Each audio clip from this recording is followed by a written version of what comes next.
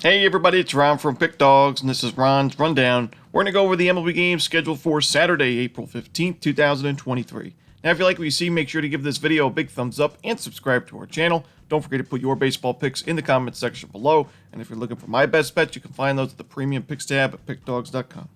Alrighty, let's get into it. Here are the games in Major League Baseball for Saturday.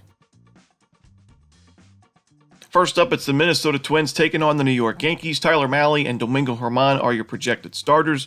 Now, originally, Tyler Mahle was supposed to pitch on Friday, but because Kenta Maeda's start is going to be skipped this weekend, they moved Tyler Mahle's start back a day to this Saturday game. So, I do think Tyler Mahle, like I said for Friday's video, I think he's going to pitch well in this game. I also don't really trust Domingo Germán in this spot. We've kind of seen the good and the bad from Germán so far this season. In his first start, he had issues with the long ball, gave up 4 earned runs in that game against the Phillies, but he was able to miss some bats. He had 8 strikeouts in 4 2/3 innings, and he didn't give up any walks. But then in his next start, he had 0 strikeouts against the Cleveland Guardians, no home runs allowed, but also 5 walks allowed, and only 3 innings of work. So Germán's kind of been all over the place, and he's had issues with the long balls, had issues with the free passes. I don't really trust him in a game like this. We saw what the Twins offense can do to a struggling starter in the first game of this series. So I'm going to take the Minnesota Twins here at plus money on the money line. Next up, it's the San Francisco Giants taking on the Detroit Tigers. No official start for the Tigers right now, so there is no official lineup for this game, but we should see Anthony DeSclafani on the bump for the Giants. And, right now I'm going to lean towards the Giants on the money line. DeSclafani's pitching really well to start his season. His first 12 1/3 innings pitched, 11 strikeouts, no home runs, no walks allowed as well, only 1 earned run. He's facing one of the weakest lineups in baseball in the Detroit Tigers. They've struggled against lefties. They've struggled against righties. And for me, no reason to believe that DeSclafani can't put together another good outing here. We'll have to see who the Tigers go with on the mound. It'll definitely move the line one way or the other. But right now, I'm leaning towards the Giants on the money line. Next up, it's the Baltimore Orioles taking on the Chicago White Sox. We're going to see Michael Kopech and Kyle Gibson on the mound in this one. Kyle Gibson's off to a good start this season with his new team. His first 3 starts going 3-0 with a 3.44 ERA.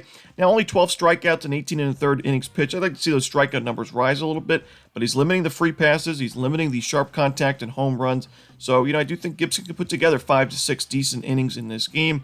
On the other side, Michael Kopech struggled mightily in his first game of the season, giving up those 7 earned and 5 home runs against the San Francisco Giants. May have been tipping his pitches in that game, but the second start, he bounced back against the Pirates. He only gave up 1 earned run with 5 strikeouts and 6 innings.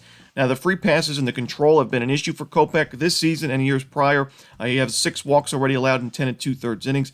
He's facing an Orioles lineup that's pretty sharp against righties so far. Top 10 in team OPS and isolated power against right-handed pitching to start the year.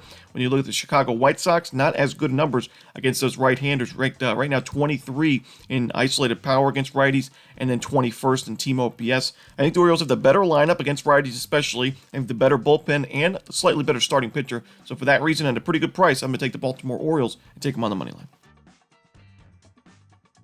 Next up, it's the Pittsburgh Pirates taking on the St. Louis Cardinals. Rowanzi Contreras and Steven Matz are your projected starters in this one.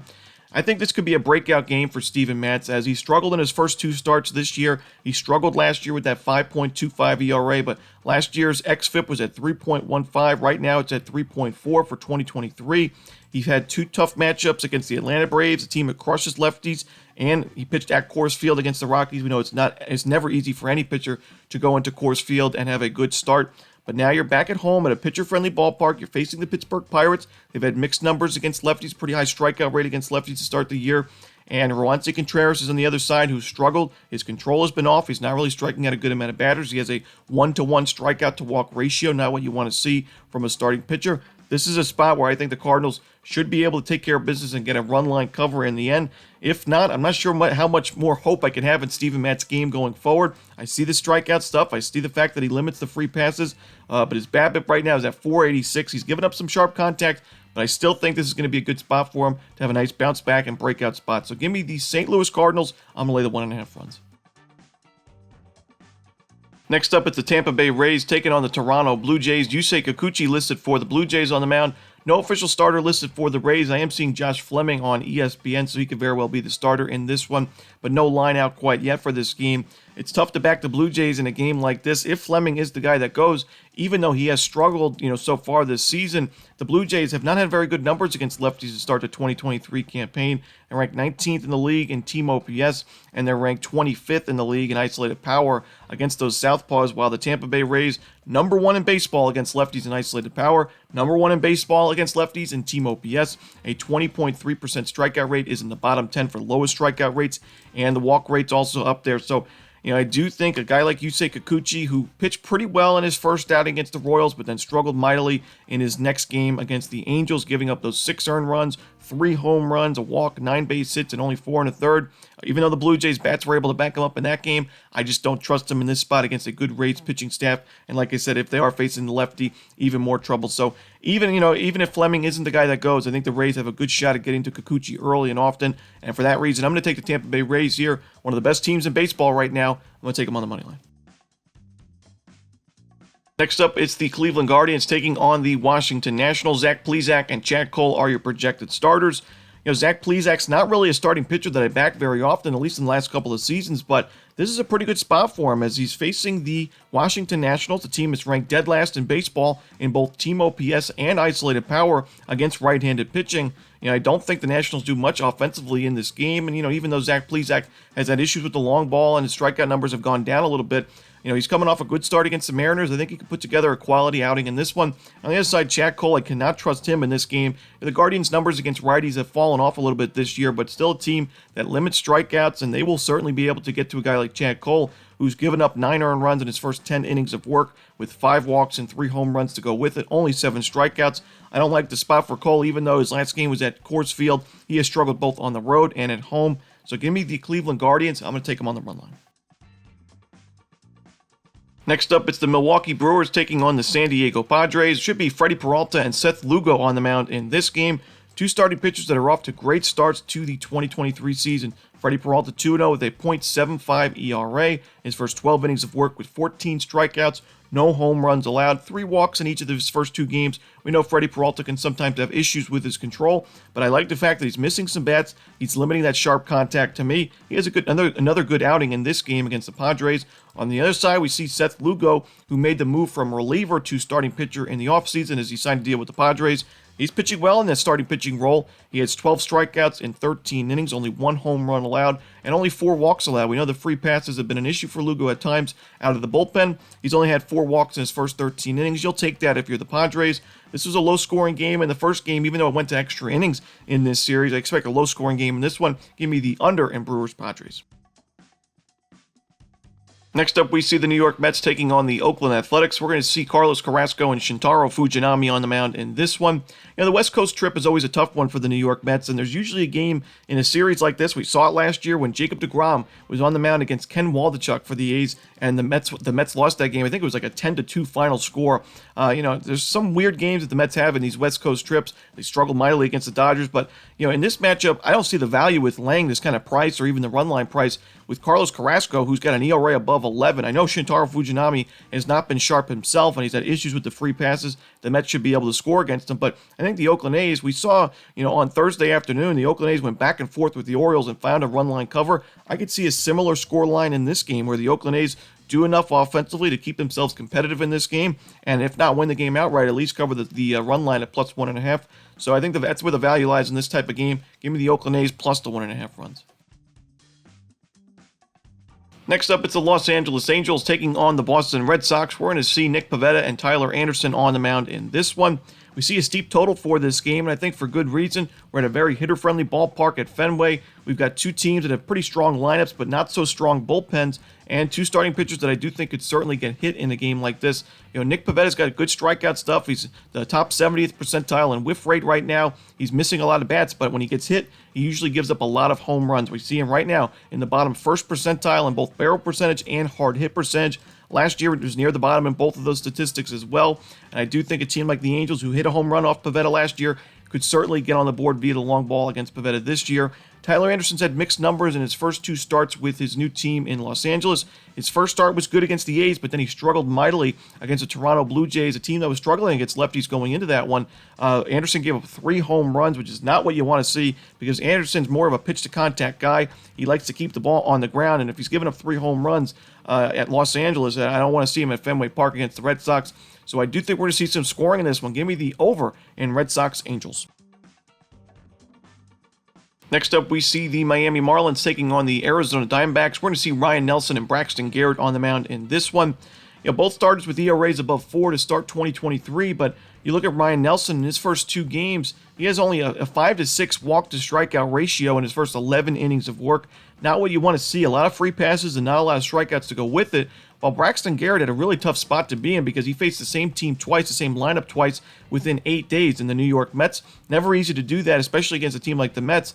And honestly, Braxton Garrett had a better start in his second start against the Mets, where he went deeper into that game. He had more strikeouts. He had 7 Ks in 4 2/3 innings against the Mets in the second game. No home runs allowed in that one, and that was a Marlins win 7-2. I like the Marlins to grab a win in this one. I think they're going to be able to take advantage of Ryan Nelson's control issues, and I think the Marlins have the better bullpen to go with it, being the home team here at a solid price. Give me Miami on the money line. Next up, we see the Atlanta Braves taking on the Kansas City Royals. We're going to see Bryce Elder and Chris Bubich on the mound in this one.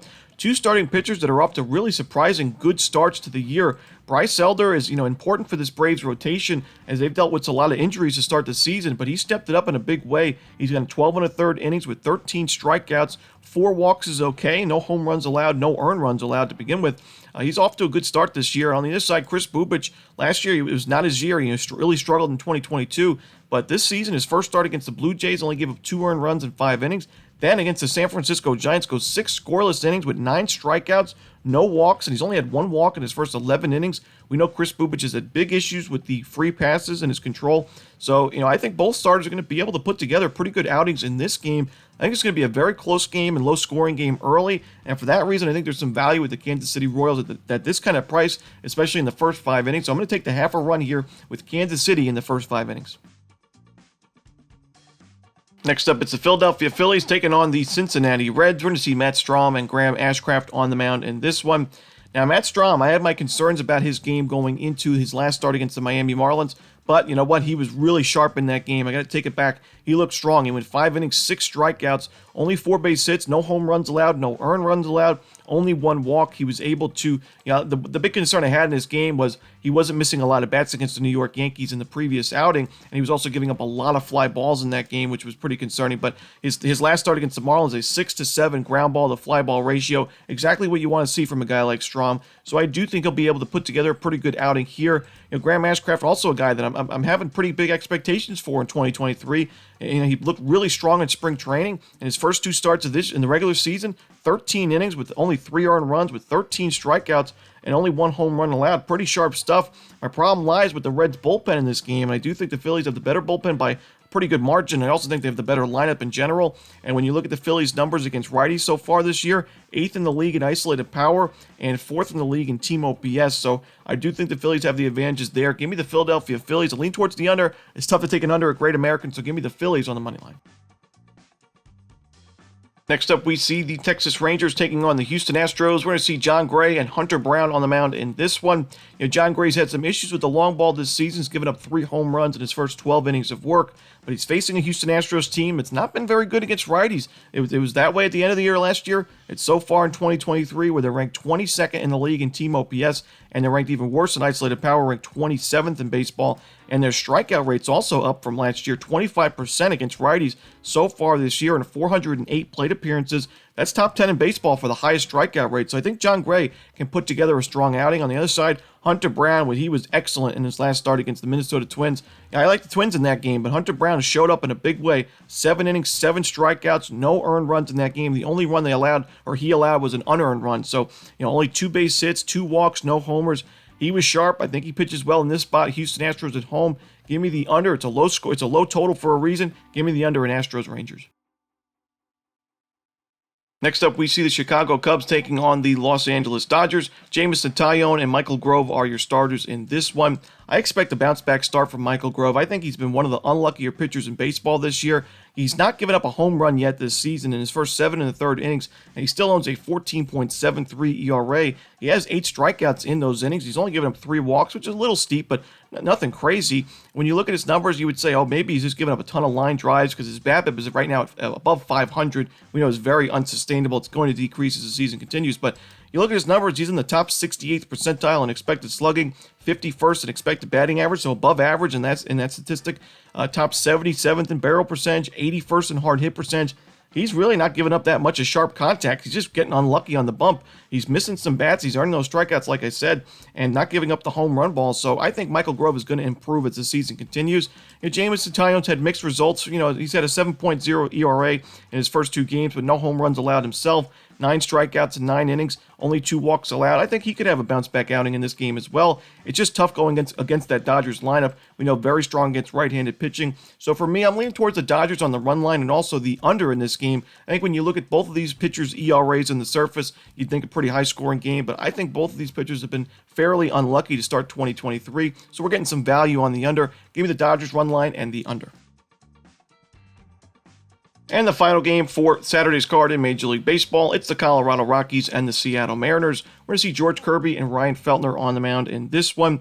I just don't think the Rockies offense does enough to back up Ryan Feltner. And I think Ryan Feltner's got a lot of potential in his game. But last year we saw him struggle both at Coors Field and on the road. So, although we see a lot of pitchers that struggle at Coors and they have sharp numbers like Kyle Freeland on the road, that wasn't the case for Ryan Feltner, and I do think he could struggle in this spot again. George Kirby struggled in his first game, bounced back in a big way. We saw the Kirby from last year in his last start against the Guardians. 6 innings, only 1 earned run, no home runs, and no walks allowed. And he only had 4 strikeouts in that game, which doesn't seem like a lot at all. But that was against the Guardians, a team that has one of the lowest strikeout rates in baseball last year and this year as well. So I do think Kirby puts together another strong outing. Rockies bats on the road, not really trustworthy. So give me the Seattle Mariners laying the 1.5 runs in the final game. And that's it. Those are the games for Saturday in baseball. Hope you enjoyed this video. If you did, don't forget to hit that like button and subscribe. And don't forget to put your baseball picks in the comments section below. Again, if you're looking for my best bets, you can find those at Pick Dawgz Premium. As always, this is Ron Romanelli. Good luck.